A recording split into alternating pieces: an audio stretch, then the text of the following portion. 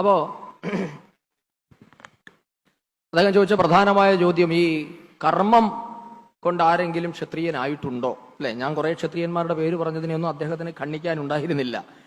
നാമൾ ഈ സംസാരിക്കുന്ന തിരുവനന്തപുരത്താണ്. പുലയനാർ കോട്ട എന്ന് പറയുന്ന രാജ്യത്ത് പുലയ രാജാവ് ഭരിച്ചിരുന്നത്. തൊട്ടപ്പുറത്ത് നെടുമങ്ങാടും പുലയ രാജാവ് ഭരിച്ചിരുന്നതാണ്. അപ്പൊ കർമ്മം കൊണ്ട് തന്നെ ക്ഷത്രിയന്മാരായവർ നിരവധി പേരുണ്ട്.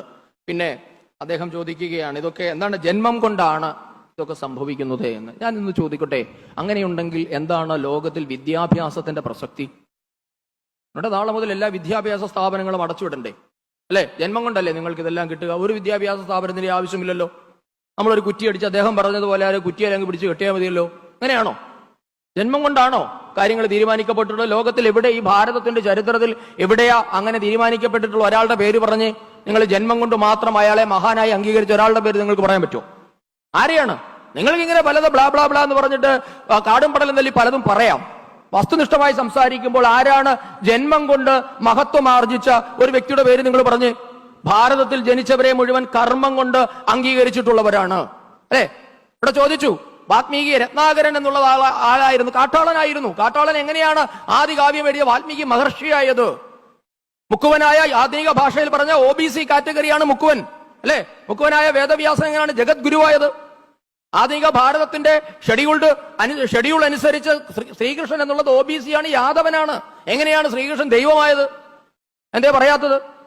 അപ്പൊ ഇവിടെ കർമ്മം കൊണ്ട് തന്നെയാണ് കാര്യങ്ങൾ തീരുമാനിച്ചിട്ടുള്ളത്, ജന്മം കൊണ്ടല്ല. ജന്മം കൊണ്ടാണെങ്കിൽ വിദ്യാഭ്യാസത്തിനോ പരിശീലനത്തിനോ സ്വാധ്യായത്തിനോ സത്സംഗത്തിനോ ഇത്തരം ഗെറ്റുഗതറിനോ യാതൊരു വിധമായ പ്രാധാന്യവുമില്ലല്ലോ. നിങ്ങളൊക്കെ ഓരോ കുടുംബത്തിൽ ജനിച്ചു നിങ്ങളുടെ അച്ഛന്റെ അമ്മയുടെ സ്വഭാവം മാത്രം കാണിച്ചാൽ മതിയല്ലോ.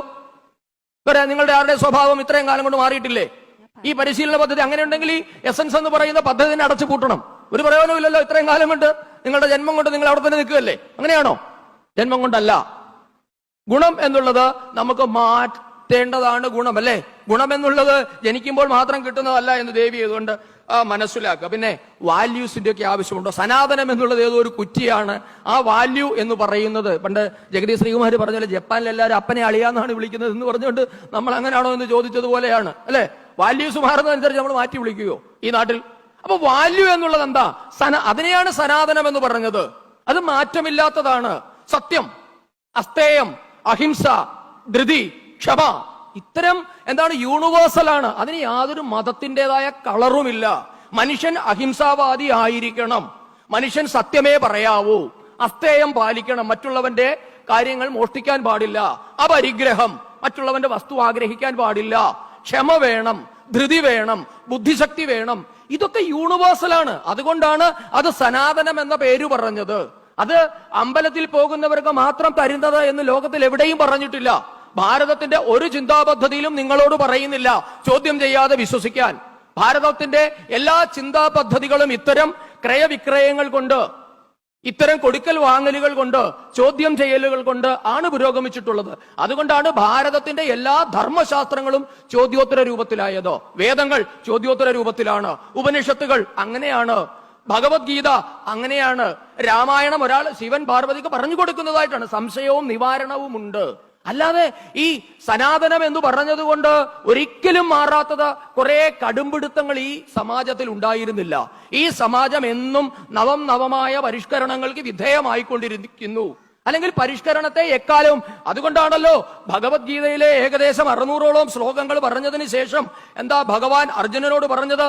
ഇതിതേ ജ്ഞാനമാഖ്യാതം ഗുഹ്യതരം മയാ വിമർശ്യത ശേഷേണ യഥാ ഇച്ഛസി തഥാ ഗുരു.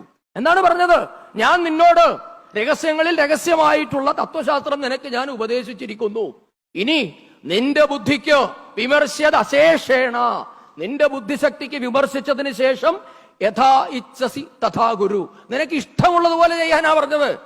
ഈ സ്വാതന്ത്ര്യമാണ് ഭാരതത്തിന്റെ സവിശേഷമായ പ്രത്യേകത. ലോകത്തിൽ ഈ സ്വാതന്ത്ര്യം നൽകിയിട്ടുള്ള ഏക ജനവിഭാഗം ഭാരതത്തിൻ്റെതാണ്. ഒരാളും ഇവിടെ ചോദ്യം ചെയ്യപ്പെടാതെ വിശ്വസിക്കാൻ, നീ ഇത് വിശ്വസിച്ചില്ല എങ്കിൽ നിന്നെ കാത്തിരിക്കുന്നത് നരകത്തിലെ വിറകുകൊള്ളിയാണ് എന്ന് ഈ ധർമ്മം ആരോടും പറഞ്ഞിട്ടില്ല. ഈ ധർമ്മം പറഞ്ഞത് നീ സ്വതന്ത്രനായിരിക്കാനാണ്. മനുർഭവ, നീ മനുഷ്യനാകൂ എന്നാണ് ഉദ്ദേശിച്ചത്. അപ്പൊ മനുഷ്യനാകാൻ ഉദ്ദേശിച്ച മതമാണ് ഭാരതത്തിൻ്റെത്. മതം എന്ന് പറയുമ്പോൾ ഞാൻ വീണ്ടും പറയട്ടെ, മതം എന്ന പദത്തിന് കേവലാർത്ഥം അഭിപ്രായം എന്ന് മാത്രമാണ്. ഭാരതത്തിൽ നിരവധി മതങ്ങൾ ഉണ്ടായിരുന്നു. ശാക്തേയ മതം, ശക്തിയെ ആരാധിക്കുന്നവർ ശാക്തേയ മതത്തിന്റെ ആൾക്കാരായിരുന്നു. വിഷ്ണുവിനെ ആരാധിക്കുന്നവർ വൈഷ്ണവ മതത്തിന്റെ ആൾക്കാരായിരുന്നു. ശിവനെ ആരാധിക്കുന്നവർ ശൈവ മതത്തിന്റെ ആൾക്കാരാണ്. ക്രിസ്തുവിനെ ആരാധിക്കുന്നവർ ക്രിസ്തു മതത്തിന്റെ ആൾക്കാർ. That's all. അല്ലാതെ മതത്തിന്റെ പേരിൽ ഇവിടെ ഒരു മതിൽക്കെട്ടുകളും ഉണ്ടായിരുന്നില്ല. പക്ഷേ ഭാരതം മതത്തിനും അപ്പുറത്തേക്ക് സനാതനമായ ചില മൂല്യങ്ങൾ, അത് അമ്പലത്തിൽ പോകുന്നവർക്ക് മാത്രം നൂലിൽ കെട്ടി ഇറങ്ങി വന്ന സാധനമൊന്നുമല്ല.